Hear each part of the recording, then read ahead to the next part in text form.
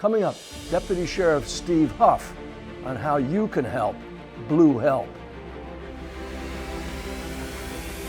Welcome to another Real American Heroes special edition. I'm Oliver North, and our guest today is Stephen Hough, a 20-year veteran of the Okaloosa County Sheriff's Office in Florida. As a deputy, Steve spent 7 years assigned to the U.S. Marshals Violent Fugitive Task Force. In 2011, while serving a warrant, he was shot 3 times, including once in the face.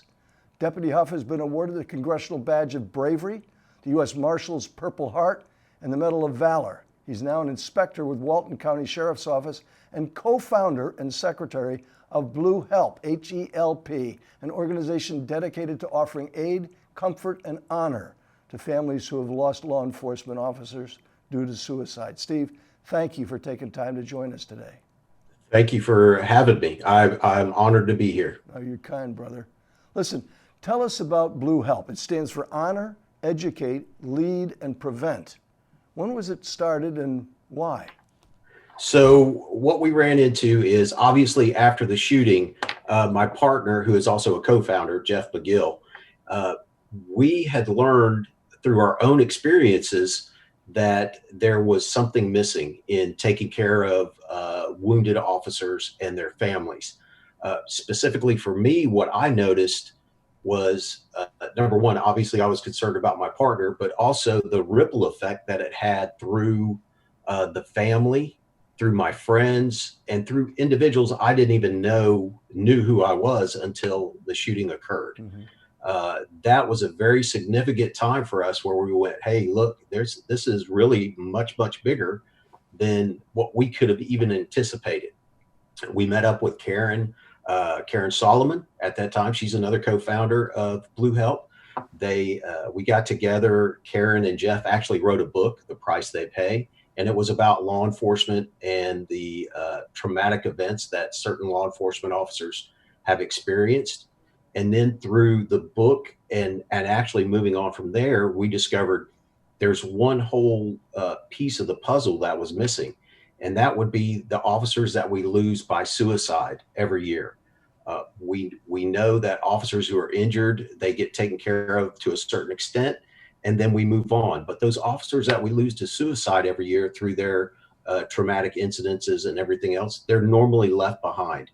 The families are left to deal with things that no family should be left to deal with through financial burdens, the burdens of actually being part of a law enforcement family and then not being a part of the law enforcement family. That weighs heavily. Children missing parents, or perhaps aunts, uncles, those kinds of things.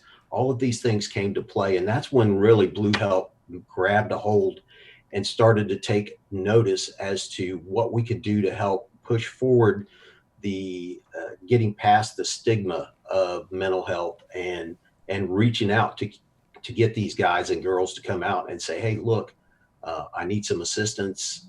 I'm not doing well. And that's where we are today. We've been going 5 years strong now, and it's doing nothing but getting stronger. Steve, when you look at suicides in the military, and I'm very familiar with what the military has gone through over the course of the last 19 years of war, suicide in the military and among veterans, particularly those that have been hurt seriously, is so high that the VA is now actually treating people as a line of duty issue, attempted suicides and suicides. So is that still the case with law enforcement? I mean, the visibility of law enforcement suicides is de minimis compared to what it is with the military. What should the American people need? What do the American people need to know about the daily stress that you face out there? So it's interesting you bring up that topic as far as it comes from the military standpoint.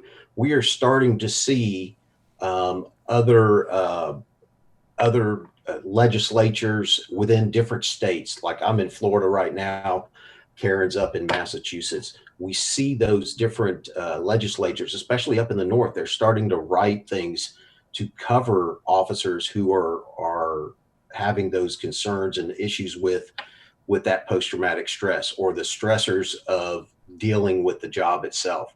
So we're evolving. We're starting to see a change in how we actually look at the job and go, hey, look, yes, this is very, very stressful. And then, of course, you've got your citizens out there that are seeing officers. Let's be truthful about this. The majority of our citizens absolutely love law enforcement. True. Okay, there is no doubt, no question about it. However, we find ourselves in a very intense political climate right now, where law enforcement, as we were talking, has been treated far worse now than what has ever been nationally seen, at least through the eyes of media and social media and the like. Well, I'll be honest with you. Individ- I'm 3/4 of a century, actually more than 3/4 of a century old. I have never seen law enforcement treated as badly as it's being treated right now. And Yes, sir. That's got to affect the morale and probably the number of suicides. Absolutely, it does. Now, what we have noticed is, if you take a look at the numbers that Blue Help has been collecting, we have been keeping track of suicides. We started in 2015. We've got suicides as far back as the 1950s. So the numbers and the data suggest that in a given year, the number of officers that commit suicide is on par, if not higher, than those who are injured or actually killed in the line of duty due to felonious assaults and those kinds of things. And in 2019, we saw a really big spike, which we took to mean there wasn't data to say that the suicides were going up. However, it's more people are reporting it, which is giving us hope in the fact that individuals are stepping forward saying, hey, look, this is really a problem, and our officers need help. When we see those kinds of numbers pop up like that, of course, COVID-19 has got our numbers kind of skewed right now. We're not sure exactly where we set for this year, but we're well over the 100 mark, and that's just too many. That's 100 this year? Yes, sir. Dear Lord. Or more. What resources does Blue Help provide to families who have a suicide in their family? Well, there's a number of things we do. Number one, we could provide certain financial assistance, obviously, with the loss of a loved one, especially someone who is a lot of our families that we deal with. Sometimes they're the only person bringing income into the house. So we'll provide that. Immediately, we send out care packages to those families to let them know, hey, we're thinking about you. If you need something, please reach out to us. We have the availability of Camp April, which gives the children the opportunity to come together as a whole, that they can talk amongst themselves. We get the parents together. We allow them to concentrate on themselves with other like-minded and other people who have been through the same thing. And then, of course, we always are more than willing and happy, and we have our sponsors as well as our partnerships that allow us to say, hey, look, if you need some counseling to help you get through this, we're going to recommend you go here. So those are the different things. The E in HELP stands for education. Yes. Does Blue Help provide training among those who serve in the thin blue line of America's law enforcement today? We do. We have done quite a bit of training in the past.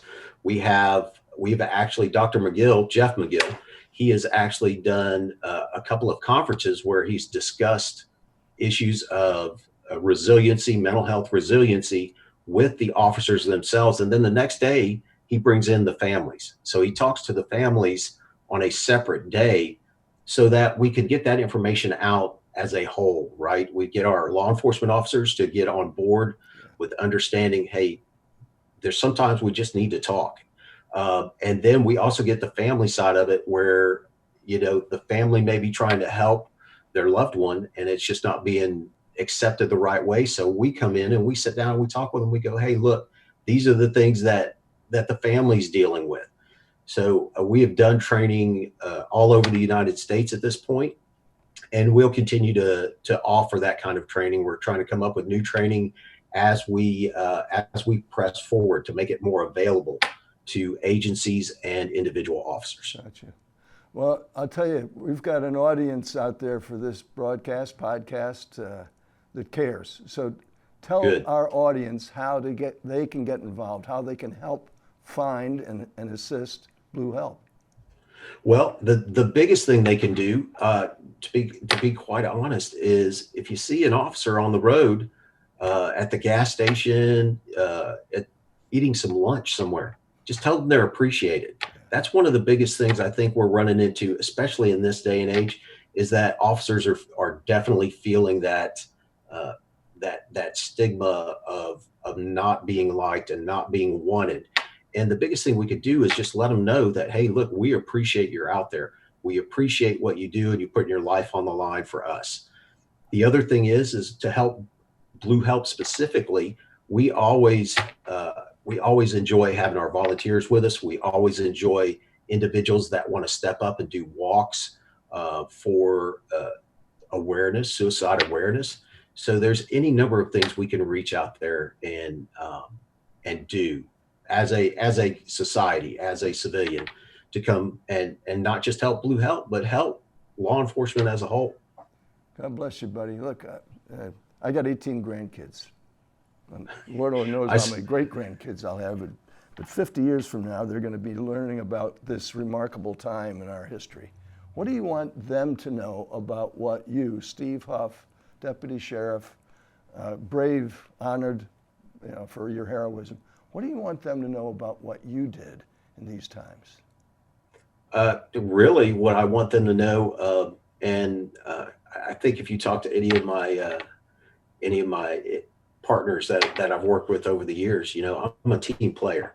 So it's not exactly what Steve Hough has done, but what we have done collectively between Jeff, Karen, and I is we have managed to three people who, besides what the traumatic incident that started this back in 2011, would have never brought the awareness of mental health within law enforcement to where it's at today.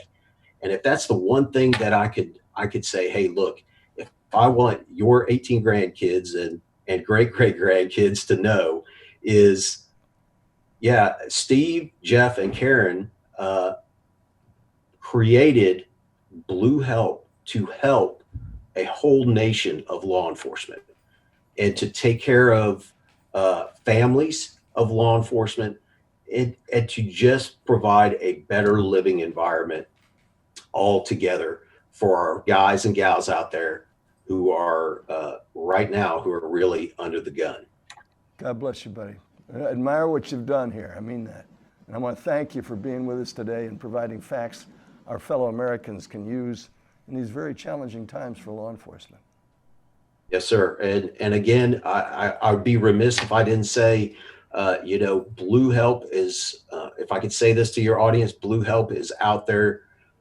If you're a family member or a friend and you know of a first responder that needs help, reach out to us. Let us know. We can definitely work to try and get you in the right place. There's plenty other organizations now that are taking our lead and moving forward with dealing with mental health stigmas. Well, I appreciate what you're doing. I'm sure all of law enforcement and their families do as well. Yes, Friends, sir. Thank you. If this Real American Heroes special broadcast has been informative, helpful, or encouraging to you, take time now to subscribe and let me know how these unprecedented events have affected you and yours. By doing so, you're part of this historical record of how America persevered and once again prospered. Until next time, remember, Semper Fidelis is more than a slogan for U.S. Marines. Always faithful is a way of life.